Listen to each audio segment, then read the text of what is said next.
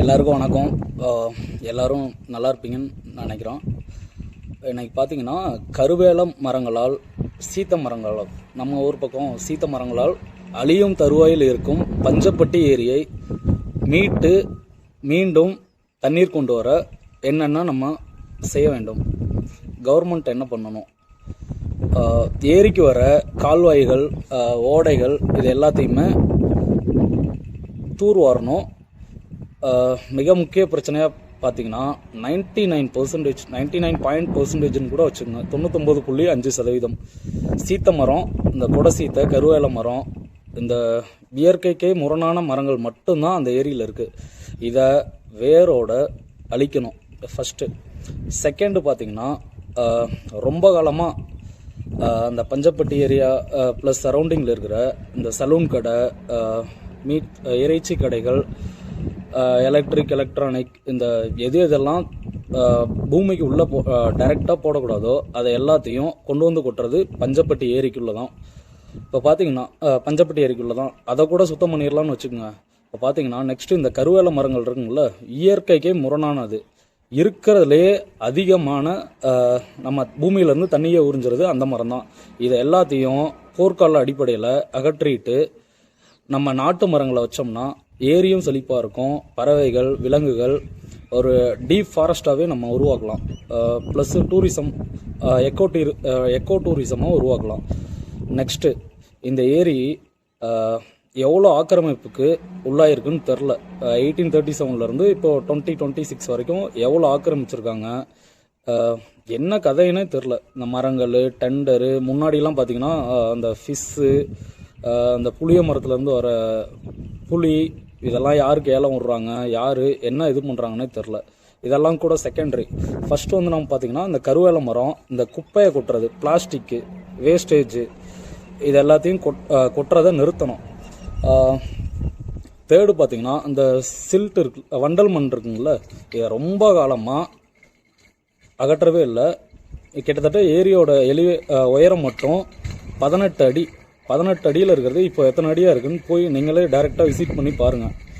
இதுக்கப்புறம் பார்த்தீங்கன்னா இந்த ஏரியா வந்து பார்த்தீங்கன்னா கிட்டத்தட்ட திண்டுக்கல், அந்த நம்ம ஸ்லண்டர் லாரிஸ் இருக்குங்கள, தேவாங்கு பாதுகாக்கப்பட்ட வன சரணாலயம், நம்ம கடவுர்லேருந்து அந்த பக்கம் அய்யலூர், வேடசந்தூர், வடமதுரை, ப்ளஸ் கோவிலூர், குஜிலியம்பாறை, அப்படியே இந்த பக்கம் வந்தீங்கன்னா பாலவிடுதி, மாவத்தூர் குளம், தரகம்பட்டி குளம், உடையாப்பட்டி குளம், ப்ளஸ் இந்த பக்கம் வீரணம்பட்டி, காணியாலம்பட்டி, இந்த பக்கம் இருந்தெல்லாம் வர்ற ஆயிரக்கணக்கான சிற்றோடைகளை நம்ம மறுபடியும் அதுக்கும் மேலேயே இருக்கும் சிற்றோடைகளை, அதை நீர் வழித்தடத்தை நம்ம மீட்டு எடுக்கணும்.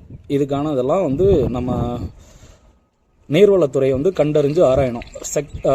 முன்னாடியெல்லாம் இப்போ தான் கொஞ்சம் காலமாக தண்ணி வரல. முன்னாடிலாம் தண்ணி வர்றப்போ மணல், ஏகப்பட்ட மணல் இருக்கும். மணல்னால் வீடு கட்டுறதுக்கு தேவையானது.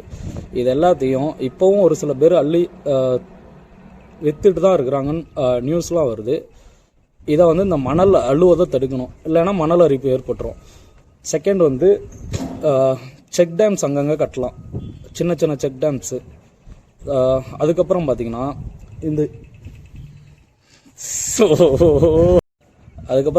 சின்ன சின்ன செக் டேம்ஸ் கட்டலாம். கட்டி அந்த ரெயின் வாட்டர், மழை வருதுங்களா, மழை நீரை வந்து டைரெக்டாக நம்ம ஏரிக்கு கொண்டு போகிற மாதிரி கால்வாய்கள் அமைக்கணும். அடுத்து பார்த்திங்கன்னா இந்த கருவேல மரங்கள்லாம் டோட்டலாக அழிச்சிட்டு நம்ம இயற்கை நாட்டு மரங்களை வச்சோம்னா ஏரிக்கு ரொம்ப யூஸ்ஃபுல்லாக இருக்கும்.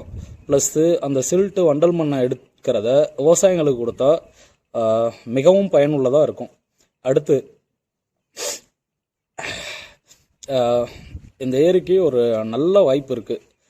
நம்ம பெருந்தலைவர் காமராஜர் ஆட்சியில் இந்த ஏரிக்கு தண்ணி கொண்டு வர முடியல, ஆனால் ஒரு ப்ரப்போசல் சொன்னதாக சொல்கிறாங்க. அதுக்கான அந்த கெசட் ஜிஓ டீட்டெயில்ஸ்லாம் நம்மக்கிட்ட இல்லை. அப்புறம் பார்த்திங்கன்னா நம்ம பெருந்தலைவர் காமராஜர் ஆட்சி காலத்தில் டோட்டல் பட்ஜெட்டு 47 கோடி தான் இருக்கும். இப்போ நம்ம இளைய காமராஜர், நம்ம தளபதி, நம்ம அண்ணன் ஆட்சியில் வந்து பட்ஜெட் வந்து அதை விட 10 மடங்கு, கிட்டத்தட்ட அதுக்கும் அதிகமாக கூட ஆகலாம், 4.7 lakh crore வந்து இந்த டைம் பட்ஜெட் வர்றதுக்கான வாய்ப்புகள் இருக்குது. கண்டிப்பாக நீங்கள் எல்லோரும் மனசு வச்சிங்கன்னா இந்த ஏரியா நம்ம மீட் எடுக்கலாம். ப்ளஸ் இந்த ஏரிக்கு வந்து நம்ம மாயனூரில் இருந்தோ இல்லை வேறு பக்கம் காவேரியில் இருந்தோ இல்லை டனலு எதுலேருந்தோ வேணுமாலும் கொண்டு வந்தாலும் இந்த ஏரியோட தண்ணி வந்து கொஞ்சம் கூட வேஸ்ட் ஆகாது. இதை மாயனூர்லேருந்து கொண்டு வரோன்னு ஒரு பேச்சுக்கு வச்சுக்குவோம். இப்போ இந்த ஏரிக்கு வந்துச்சுங்கன்னா வடகால் தென்கால்னு இருக்குது. இந்த தென்கால் வடகால் இரண்டுலையும் பாயறது எல்லாமே டைரெக்டாக காவேரிக்கு தான் போய் சேரும்.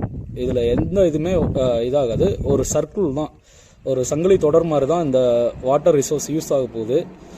நீங்கள் மனசு வச்சிங்கன்னா கண்டிப்பாக நம்ம இளைய காமராஜர் தளபதி ஆட்சியில் வந்து இந்த பாலைவனமாக ஆன ஏரி சோலைவனமாக கட்டாயம் மாறும். நன்றி.